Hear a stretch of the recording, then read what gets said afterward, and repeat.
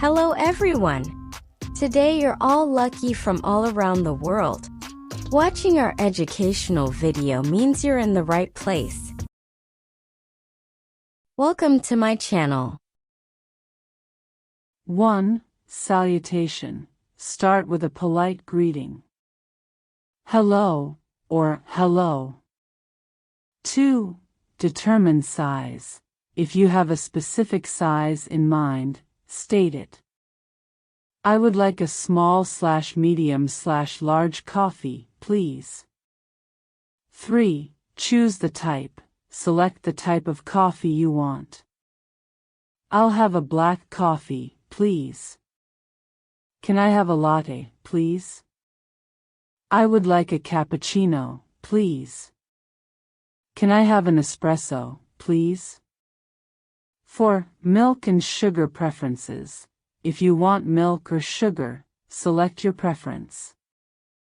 Can I have it with a little milk, please? Can you add a couple of sugars, please? 5. Additional requests. Any customizations or other requests. Can you make it hotter, please? Can I go with it, please?